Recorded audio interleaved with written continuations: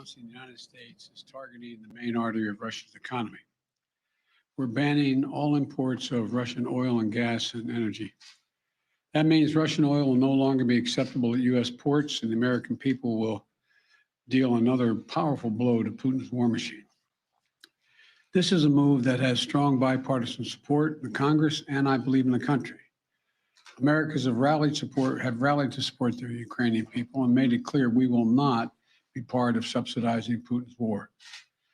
We made this decision in close consultation with our allies and our partners around the world, particularly in Europe, because a united response to Putin's aggression has been my overriding focus, to keep all NATO and all of our allies totally united.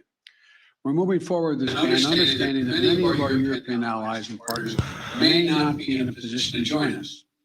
The United States produces far more oil domestically than all the European countries combined. In fact, we're a net exporter of energy. So we can take this step when others cannot.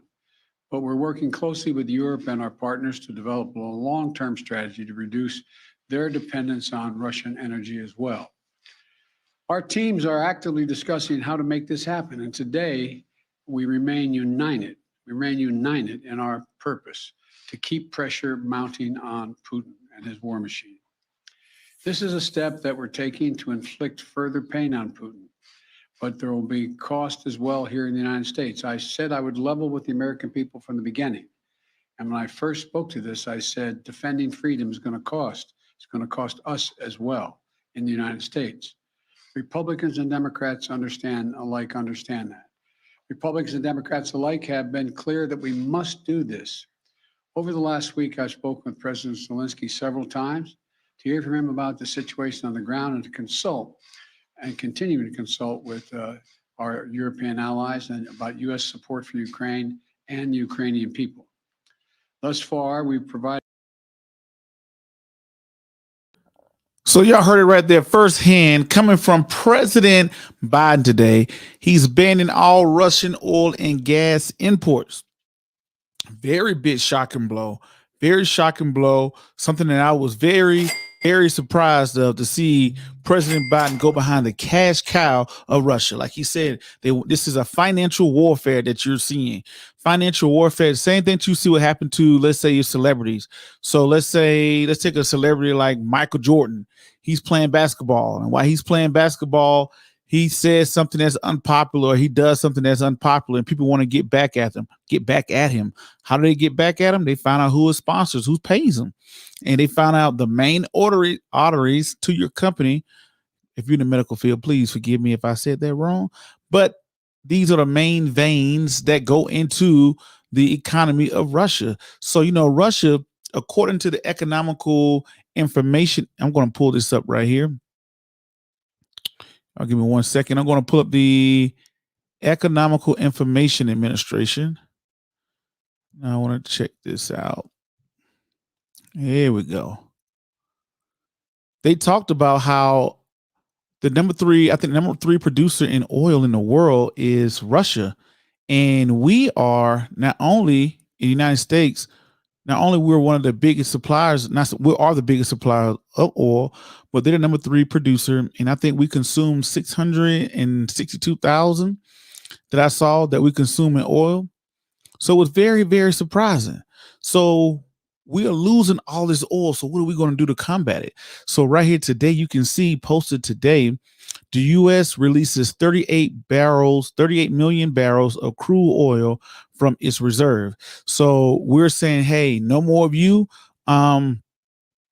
We're saying no more of you, Russia. We're going to go into our own reserve. This is why we keep our own reserves. But anyway, this is pushing up gas prices. I was very shocked by this move. I mean, I kind of saw it coming, but I saw all the other sanctions. But it's kind of a lame duck in a way, because all the major companies already came out. Like you saw Shell, BP. Now you're seeing Coca-Cola and Fortune 500 companies like Coca-Cola, and I think Starbucks or something saying, Starbucks was in Russia, but a couple major companies, I definitely know Coca-Cola was one of them, said they're no longer going to do business in Russia. But the oil companies had already said, hey, we're no longer going to do business. Then all of a sudden, you seen President Biden come out and say, hey, we're going to stop your oil. We're not trading the oil with you. So to hit another blow to the Russian economy, financial warfare at its finest. But then again, what does this mean for investors? Investors, this means what we've already seen across the board as gas prices starting to skyrocket, right? As y'all coming in, hit that like, subscribe, comment, and share button. But gas prices are starting to skyrocket as we can see, right? These gas prices are going up, and we're going to because not only do we have oil prices, we have inflation. So we got inflation on top of oil coming at us at the same time. So you know what you got to do. You got to, for people out there, I believe in the short term, you're going to see oil continue to climb, and in the long term, you're going to see oil. Once we get this conflict over oil, is going to go back down, and you're going to see technology stocks reign supreme again. Technology stocks are on sale right now.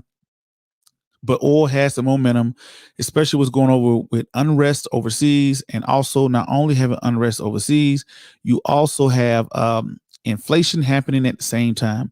So inflation plus unrest overseas, you're seeing oil and gold and metal commodities and oil starting to reign their head, because it's a simple thing. I learned in economics in 9th grade, supply and demand.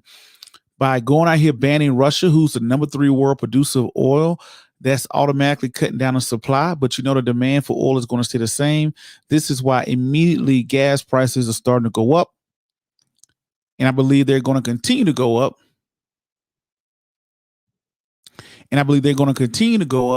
All summer long as inflation.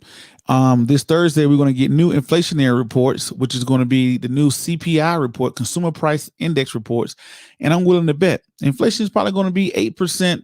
I'm not like I'm a rocket science, but looking at the pattern, inflation is probably going to be 8% or higher.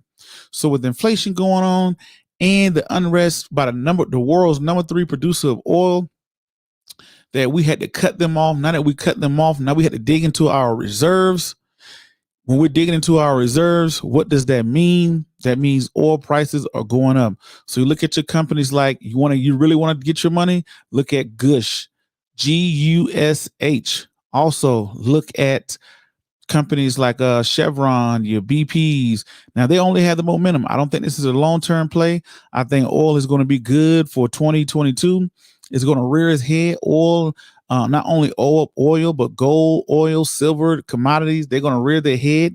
And I honestly believe, ladies and gentlemen, the only way we're going to fix this inflation is by a recession. I hate to see it. But I think that's the only way we're going to be able to fix this inflation, getting this GDP down, all those good things like that. But y'all let me know what y'all think in the comments, what y'all think this means by President Biden's latest move of banning oil in Russia, the import of oil in Russia. What do you think it's going to do with oil prices? And not only we know that it's probably going to push oil prices up, how long do you think oil prices will continue to climb? Because guess what, ladies and gentlemen? Think about it. Here's a gem. What always happened every summertime? Spring break, summertime, everybody loves to travel. Everybody loves to get on the road. That means plane tickets are going to go up. Bus tickets are going to go up.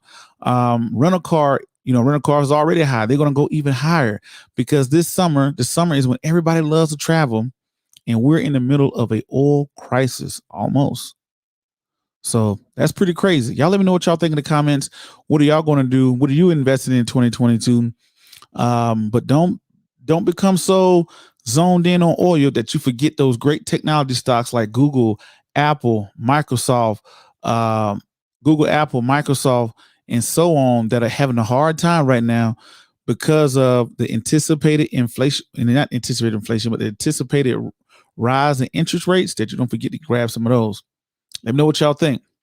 And to the next video, podcast, cartoon, or whatever else crazy y'all see me doing around the globe, y'all know my name is Prince Dykes. I'm the Prince of Investing. Peace. Be safe. I'm out, and thank you.